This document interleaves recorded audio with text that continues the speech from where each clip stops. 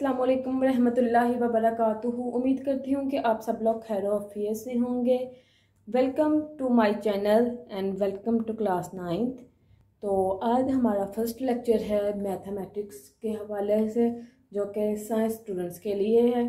तो आज हम लोग स्टार्ट करेंगे यूनिट नंबर 1, और यूनिट नंबर 1 हमारे पास है मैट्रिसेस और डिटर्मिनेंट्स का।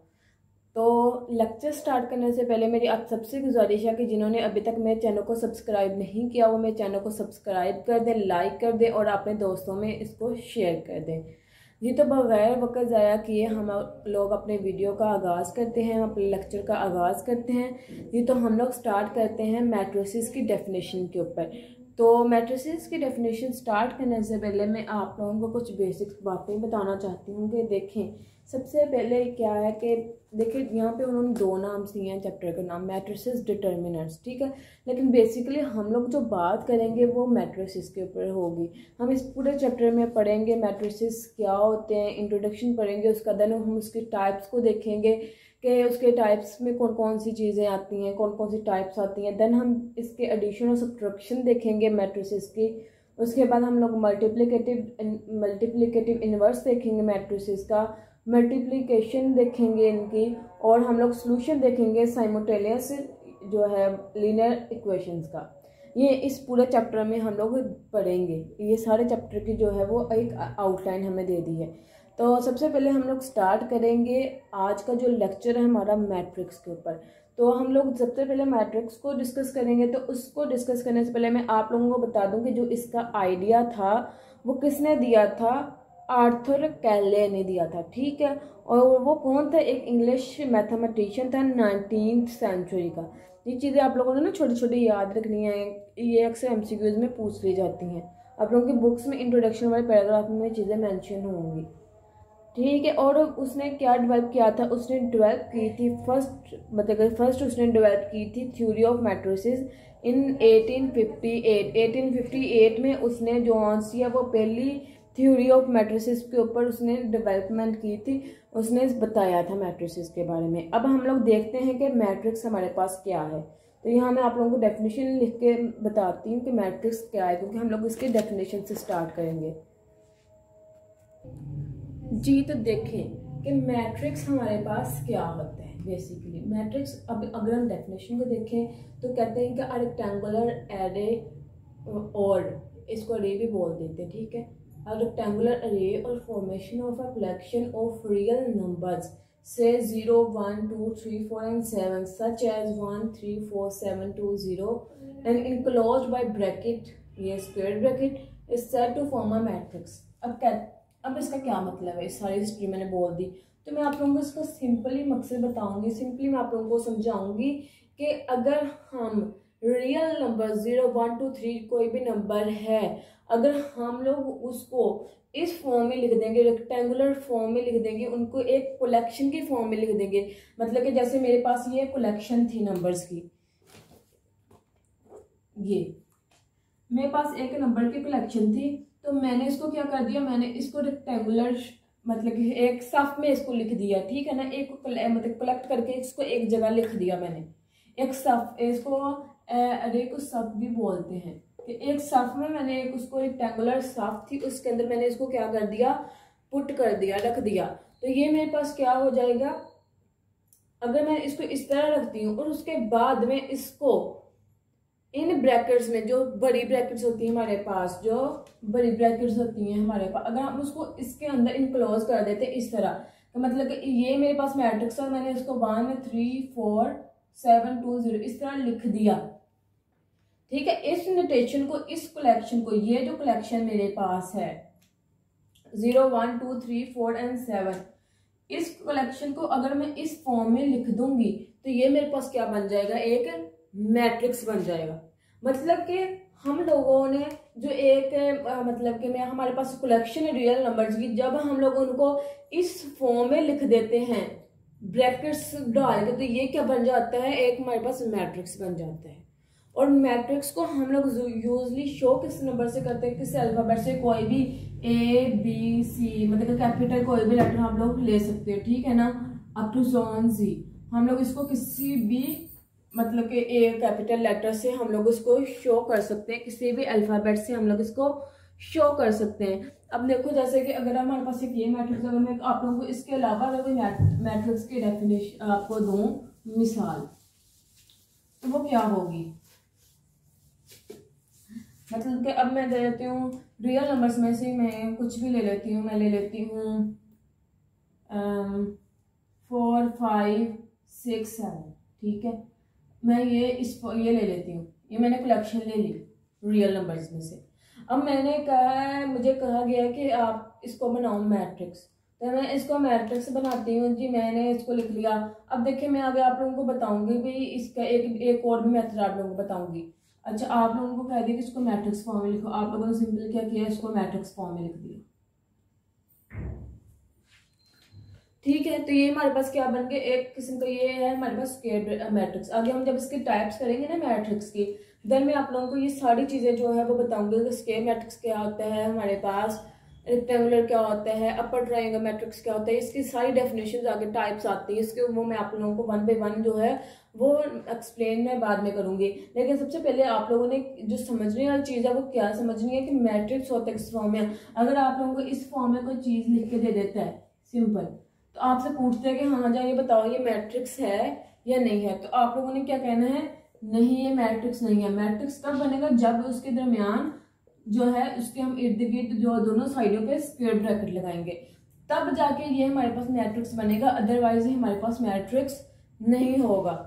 और मैंने आप लोगों को बता दिया कि इसको हम लोग किससे, अब जैसे कि मैंने इसको ले लिया, अब मैं इसको ए से शो कर देती हूँ, तो आप लोग मैट्रिक्स को किसी भी अल्फाबेट के साथ शो कर सकते हो। यूजली वैसे एम से किया होता है, तो अगर आप लोग किसी और के साथ भी करना चाहो, अगर आप लोगों के पास 2 मैट्रिक्स आ जाते हैं, तो आप एक को एम के साथ कर दो, दूसरे को एन के साथ कर दो, ठीक है। ये आप लोगों पर डिपेंड करता है कि आप किसके साथ शो कर रहे हो, इससे कोई फर्क नहीं पड़ता। बाज़ औक़ात आप लोगों को क्वेश्चंस में गिवन भी होता है कि आप लोगों ने एम के साथ करना है या एन के साथ करना है, तो उस बारे में आप लोगों ने वरीड नहीं होना।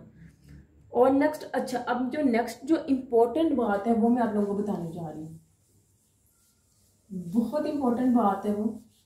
उसमें हम लोग क्या पढ़ेंगे, रो और कॉलम मैट्रिक्स, ठीक है। कि ये एक मैट्रिक्स है, उसकी रो कौन सी होती है और कॉलम कौन से होते हैं, ठीक है। मैं आप लोगों को एक ही ये एग्जाम्पल लेती हूँ। जैसे मैंने पहले एग्जाम्पल ली थी, मैंने रियल नंबर ले लिए थे 4 5 6 7, ठीक है। मैंने ये सपोज कर लिया, मैंने ये ले लिए नंबर्स। अब मैंने इसको इस फॉर्म में लिखा,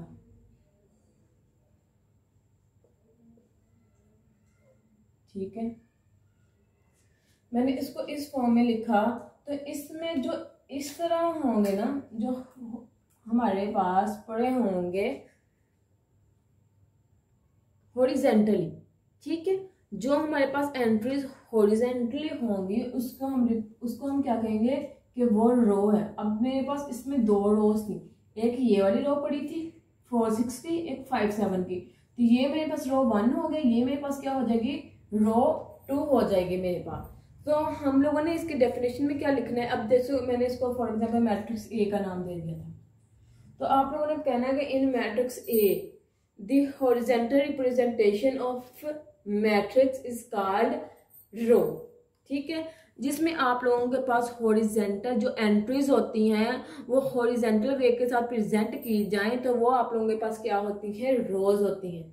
क्या होती हैं, रोज होती हैं। ये बात आप लोगों को याद रखना है कि जो इस तरह होंगे ना, इस साइड को हॉरिजेंटल जो होंगी वो क्या होंगी हमारे पास, वो हमारे पास रोज होंगी। नेक्स्ट कॉलम क्या होगा हमारे पास, कॉलम देखिए यही मैं चीज लेती हूँ, इसी के आगे मैं लिख देती हूँ कॉलम, ठीक है। यहाँ पे मैं आप लोगों को कॉलम को एक्सप्लेन कर देती हूँ। अब मैंने बी ले लिया, यहाँ पे सपोज बी कर लिया, और यही मैंने मैट्रिक्स ले लिया 4 5 6 7, ठीक है। ये मेरे पास क्या है, एक मैट्रिक्स आ गया। अब मैंने बताना है कि ये इसमें कॉलम मैट्रिक्स कौन सा, तो जो हमारे पास वर्टिकल वे में होंगे ना, वो क्या होंगे, हमारे पास कॉलम्स होंगे C1 C2। याद रखना है कि जो हॉरिजेंटल वे में एंट्रीज होंगी वो क्या होंगी, हमारे पास रोज होंगी। जो वर्टिकल वे में होंगी वो हमारे पास क्या होंगे, कॉलम्स होंगे। मतलब एंट्रीज का क्या मतलब है, एंट्रीज का मतलब है ये 4 5 6 7, ये हमारे पास क्या है, इसकी एंट्रीज है। नंबर्स है, रियल नंबर्स है। रियल नंबर्स को अगर हम लोग इस वे से देखें, ऊपर से नीचे की तरफ देखें, तो ये हमारे पास क्या होंगे, कॉलम्स होंगे। और इस जो मतलब जैसे पहला है, ये मेरे पास पहली मतलब अगर मैं ये ले लूं 4 5 को ले लूं, तो ये मेरे पास कॉलम 1 बन जाएगा। और इसको ले लो तो ये मेरे पास क्या बन जाएगा, कॉलम 2 बन जाएगा। तो ये मेरे पास क्या है, बेसिकली C1 और C2 है। ठीक है, तो जो रोज है उसको मैंने आप लोगों को बताया किसके साथ मैंने इसको एक्सप्लेन करना है, रो को R1 के साथ करना है। देन मैंने रो एक जो अगर एक रो है तो उसको मैंने R1 के साथ शो कर देना है, जो R के साथ करना है। अगर 2 रोज है तो पहली R1 दूसरी R2। इसी तरह के 2 कॉलम है, पहला कॉलम C1 दूसरा कॉलम C2। ओके हो गया। अब अगली बात हम लोग करते हैं, क्योंकि ये भी बहुत आसान है। अगली बात हम लोगों ने करनी है ऑर्डर, मैट्रिक्स का जो है वो ऑर्डर क्या है। अब आप लोगों ने ये भी याद रखना है कि अगर आप लोगों के पास जैसे देखो यहाँ पे रोज भी इक्वल है और कॉलम्स भी इक्वल है, तो तब भी मैट्रिक्स होगा। अगर फॉर एग्जांपल आप लोगों के पास रोज ज्यादा हो जाती हैं, कॉलम्स कम हो जाते हैं, तो क्या होगा आप लोगों के पास, तो भी ये मैट्रिक्स होगा। ये बात आप लोगों ने याद रखनी है कि इससे फर्क नहीं पड़ता कि आप लोगों के पास रोज कम है या ज्यादा है, या कॉलम्स ज्यादा है या कम है। ठीक है, ये सारा आप लोगों का मैट्रिक्स का टॉपिक चल रहा है बेसिकली, जो इंट्रोडक्शन है आपका। इंट्रोडक्शन में ये छोटी छोटी बातें आप लोगों ने याद रखनी है। अच्छा, उसके बाद अगर हम लोग देखते हैं तो हमारे पास आता है ऑर्डर ऑफ मैट्रिक्स। मैट्रिक्स का ऑर्डर वो कैसे फाइंड करना है, ऑर्डर ऑफ अ मैट्रिक्स।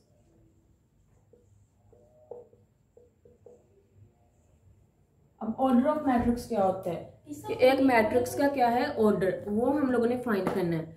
तो उसमें क्या होता है, नंबर ऑफ रोज और number of columns in a matrix. मतलब कि जो नंबर, जितनी नंबर्स ऑफ रो होंगी, नंबर ऑफ, मैं यहाँ पे एनओ को शो कर रही हूँ नंबर्स के साथ, नंबर ऑफ रोज और नंबर ऑफ कॉलम्स।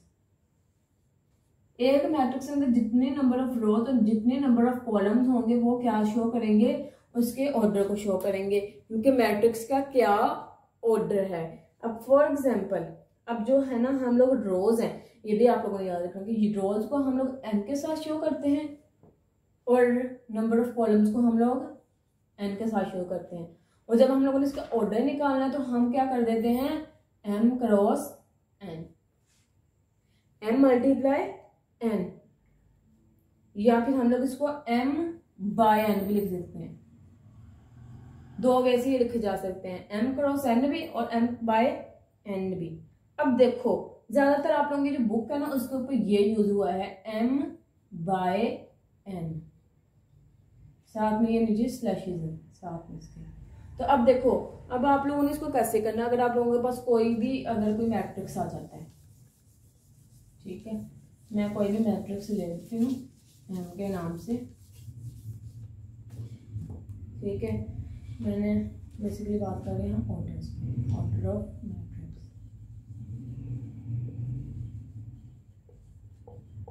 तो जी मैंने यहाँ पे एक मैट्रिक्स ले लिया है 1 2 3 और 1 0 2, ठीक है, मैंने ये ले लिया एक मैट्रिक्स। अब देखो इसके अंदर नंबर ऑफ रोज कितनी बन रही है हमारे पास, 2 बन रही है ना, एक ये रो होगी और एक ये रो होगी हमारे पास। अब देखना है कि इसमें नंबर ऑफ कॉलम्स कितने बन रहे हैं। एक तो ये 1 1 वाला बन गया, एक ये बन गया कॉलम, ठीक है, इसका मैंने कह दिया ये C1 है। एक ये कॉलम बन गया C2 हो गया, एक ये कॉलम बन गया, एक ये कॉलम बन गया, ये क्या हो गया C3 हो गया। तो अब देखो इसमें कितने कॉलम्स हैं, 3 कॉलम्स हैं और 2 रोज हैं। तो मैंने क्या इसका ऑर्डर लिखना है, तो मैंने कहा था कि m बाय n लिख के करना है। तो m मैंने आप लोगों को बताया था कि m किसको शो करेगा, रोज को, नंबर ऑफ रोज को, और n किसको शो करेगा, नंबर ऑफ कॉलम्स को। जी। तो अब इसमें नंबर ऑफ रोज कितनी है हमारे पास? 2 है, तो मैंने यहाँ पे क्या लिख दिया? 2। 2 है ना, मैंने यहाँ पे 2 लिख दिया। अब बाय, अब n इसमें क्या है? n कितने हैं? 1 2 3, तो ये मेरे पास 3 आ गए यहाँ पे। तो ये क्या हो गया बेसिकली हमारे पास? इसका ऑर्डर हो गया। इसका ऑर्डर क्या हो गया? इसका ऑर्डर को मैं क्या लिख दूंगी? 2/3। इसी तरह और एग्जाम्पल लेके करते हैं ताकि आप लोगों को समझ आ जाए अच्छी तरह से इन चीजों की, क्योंकि ये चीजें आगे एक्सरसाइज में यूज होनी है, तो आप लोगों को इन चीजों की अच्छी तरह से समझ होनी चाहिए। ओके, देन हम लोग आगे मूव ऑन होते हैं। एक मैंने मैट्रिक्स n ले लिया है, ठीक है। उसमें अंदर मैंने नंबर्स दिए हैं 1 -1 और 2 ले लेती हूँ, 1 ले लेती हूँ, 3 ले लेती हूँ, 3 ले लेती हूँ, 0 ले लेती हूँ और 7 ले लेती हूँ, ठीक है। अब देखो इसमें आप लोगों ने सबसे पहले नंबर ऑफ रोज देखने क्या है। m इसमें क्या है? 1 2 3, R1 होगी, R2 होगी, R3 होगी। आप लोगों को लिखने की जरूरत नहीं, आप लोगों को बस मैं समझाने के लिए यहाँ पे लिख रही हूँ कि R1 R2 R3 आप लोग खुद ही देख के, जब आप लोगों को ये क्वेश्चन आप लोग प्रैक्टिस करोगे ना, आप लोगों को खुद ब खुद ही आने लग पड़ेंगे। अगर आप लोग रफ में कर रहे हो तो आप लोग रफ में इस तरह करके देख सकते हैं, ठीक है। अगर आप लोग नीट पे कर रहे हैं तो नीट पे आप लोगों ने इस तरह नहीं देखना। नीट पे आप लोगों ने देखना है कि इस तरह कितनी रोज बन रही है हमारे पास जो हॉरिजॉन्टल है। एंड जो हॉरिजॉन्टल है वो हमारे पास रोज होते हैं, जो वर्टिकल होते हैं वो हमारे पास कॉलम्स होते हैं। अब इसमें कॉलम देखो कितने हैं। एक तो ये कॉलम हो गया 1 -1 और 2 वाला, ये C1 हो गया। एक ये कॉलम हो गया 2 3 3 वाला, 2 1 3 वाला। एक 3 0 7 वाला कॉलम हो गया। ये मेरे पास क्या हो गया? C3। तो अब देखो इसमें m और n क्या है? m/n अब हम लोगों ने लिखना है ना, तो इसमें नंबर ऑफ रोज कितनी है हमारे पास? नंबर ऑफ रोज कितनी है? 3 है। मैंने यहाँ पे 3 लिख दिया, बाय लिख दिया साथ में। नंबर ऑफ कॉलम्स कितने हैं? 3। तो इसका क्या मतलब हुआ? इसका ऑर्डर क्या है? 3/3, किसमें 3 कॉलम्स हैं और 3 रोज हैं। समझ आ गई इस बात की आप लोगों को? जी। तो अब अगला देखो क्वेश्चन। अब अगला एक और आप लोगों को इसी तरह का क्वेश्चन करवाती हूँ। वो हमारे पास क्या है उसमें भी आप लोगों को देखना है। इसलिए मैं आप लोगों को थोड़ा डिफरेंट तरीके से करवा रही हूँ ताकि आप लोगों को इसके समझ हो। अब देखो यहाँ पे एक क्वेश्चन है 8 3 5, मैंने ये ले लेती हूँ। अब आप लोगों ने देखना कि इसमें रो कितनी बन रही है हमारे पास। रो तो एक ही है ना हमारे पास, तो ये क्या हो जाएगी? रो 1 हो जाएगी। लेकिन कॉलम 1 2 3, C1 C2 और C3। तो अब इसका मैंने लिखना है इसका ऑर्डर m/n। तो m मेरे पास कितने हैं? एक है रो बाय, और कॉलम्स मेरे पास कितने हैं? 1 2 3। तो ये इसका क्या हो जाएगा? ऑर्डर हो जाएगा। तो आप लोगों को उम्मीद है कि समझ आ गई होगी कि आप लोगों ने ऑर्डर ऑफ अ मैट्रिक्स कैसे निकालने हैं। अब नेक्स्ट अब आपकी बारी आती है हमारी इक्वल मैट्रिक्स की। तो इक्वल मैट्रिक्स क्या होती है?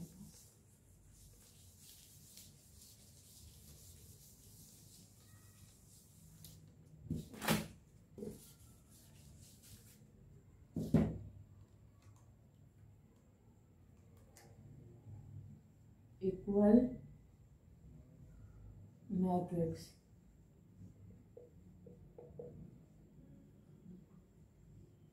ये तो इक्वल मैट्रिक्स हमारे पास क्या होते हैं?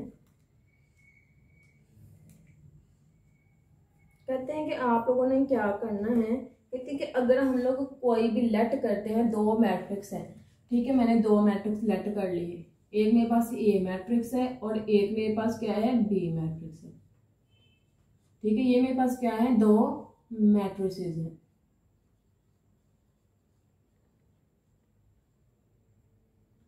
ठीक है। अब कहते हैं कि ये 2 मैट्रिक्स जो से होंगे ये कब इक्वल होंगे?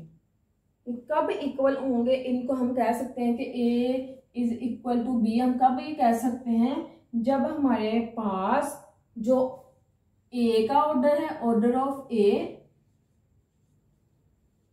इक्वल होगा ऑर्डर ऑफ B की। ठीक है। पहली बात क्या है कि हम लोग ए और बी मैट्रिक्स को या कोई से दो मैट्रिक्स को इक्वल कब कहेंगे, जब एक मैट्रिक्स का ऑर्डर दूसरे मैट्रिक्स के ऑर्डर के इक्वल होगा। और दूसरी क्या है कि उनमें अंदर there corresponding entries are equal. दूसरी बात उसने क्या कह दी कि उनके अंदर जो एंट्रीज हैं वो भी क्या होनी चाहिए, इक्वल होनी चाहिए, देयर कॉरस्पॉन्डिंग। दूसरी बात ये बता दी उसने, एंट्रीज आर इक्वल। ठीक है, यहाँ पे लिख देते हैं इक्वल। आप लोगों के पास दो चीजें होनी चाहिए। अगर आप लोगों ने कहना है कि अगर एक मैट्रिक्स इक्वल है, मैंने दो मैट्रिक्स लिए, एक ए लिया एक बी लिया, तो मैं कब कह सकती हूँ कि ए बराबर है बी के, जब मेरे पास ए का ऑर्डर बी के ऑर्डर के बराबर होगा और जो उनके अंदर एंट्रीज होंगी, जो उनके अंदर रियल नंबर्स होंगे वो सेम होंगे। देन मैं कह सकती हूँ कि ये क्या है, हमारे पास एक इक्वल मैट्रिक्स है। अब मैं आप लोगों को एग्जांपल से समझाती हूँ इसको। ठीक है, ये तो अगर हम लोग इसकी एग्जांपल को देखें तो मेरे पास एक एग्जांपल दी हुई है जी। तो एग्जांपल दी हुई है, फर्स्ट एग्जांपल है एग्जांपल।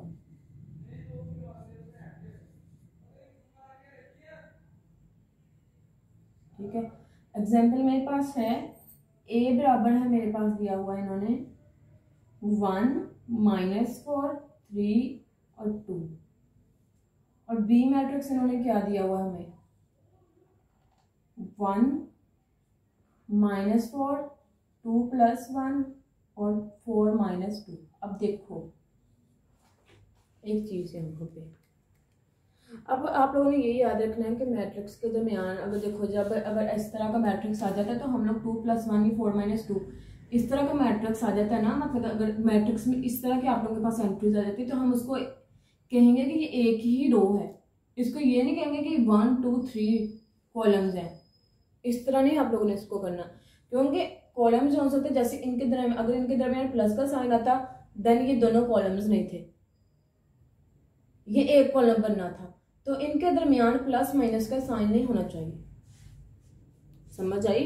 अब देखो, अब आप लोगों ने चीज देखनी है। सबसे पहले तो आप लोगों ने इसका ऑर्डर देखना है कि यहाँ पर भी रो 2 है, यहाँ पर भी 2 रो है, यहाँ भी 2 रो है, यहाँ भी 2 रो है जी। एम हमारा क्या आ गया, 2 के इक्वल आ गया। अब कॉलम्स भी दोनों में सेम है, इसमें भी 2 कॉलम्स है, इसमें भी 2 कॉलम्स है, तो कॉलम्स में सेम आ गई। तो पहली कंडीशन हमारी क्या होगी, सेटिस्फाई कि हमारे पास m बराबर आ गया है n की। ठीक है, इनका ऑर्डर क्या आ गया है, m/n क्या आ गया है हमारे पास 2/2।